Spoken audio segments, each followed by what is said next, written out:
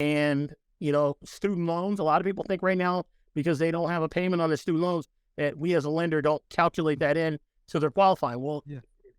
unfortunately, we do. Yeah, that'd We be have, silly not to. yeah. So even if, well, I don't have a payment on it. I haven't made payment in 3 years. Well, eventually you're going to have to start making those payments. We have to factor that in. Right. Okay. So, and that's a big hit. A lot of people lose deals because they don't properly factor in student loans. They think because they have zero payment that doesn't count against them. When you got $50,000 in student loans, Fannie Mae and Freddie Mac say, hey, we're going to hit you with 0.5% of that balance as a payment.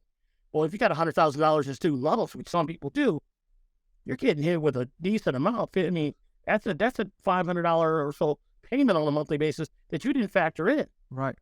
Into your qualification. And the lender has to do their job properly.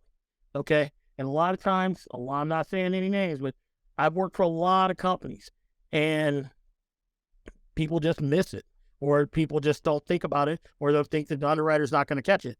These underwriters catch everything. Yeah, I would You know? imagine.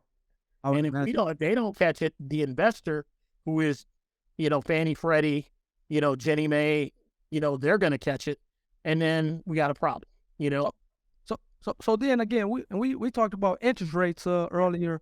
Can you talk a little bit about that? I know kind of things are up at this point, but as far as how does interest rates affect how much real estate you can buy, or how big of a loan you can get? It's affecting everyone right now. Okay. The government try to do things to try to curb that, but the reality is, from 2022 in the first quarter of 2022 till now, we've seen interest rates spike 3.5% to 4%.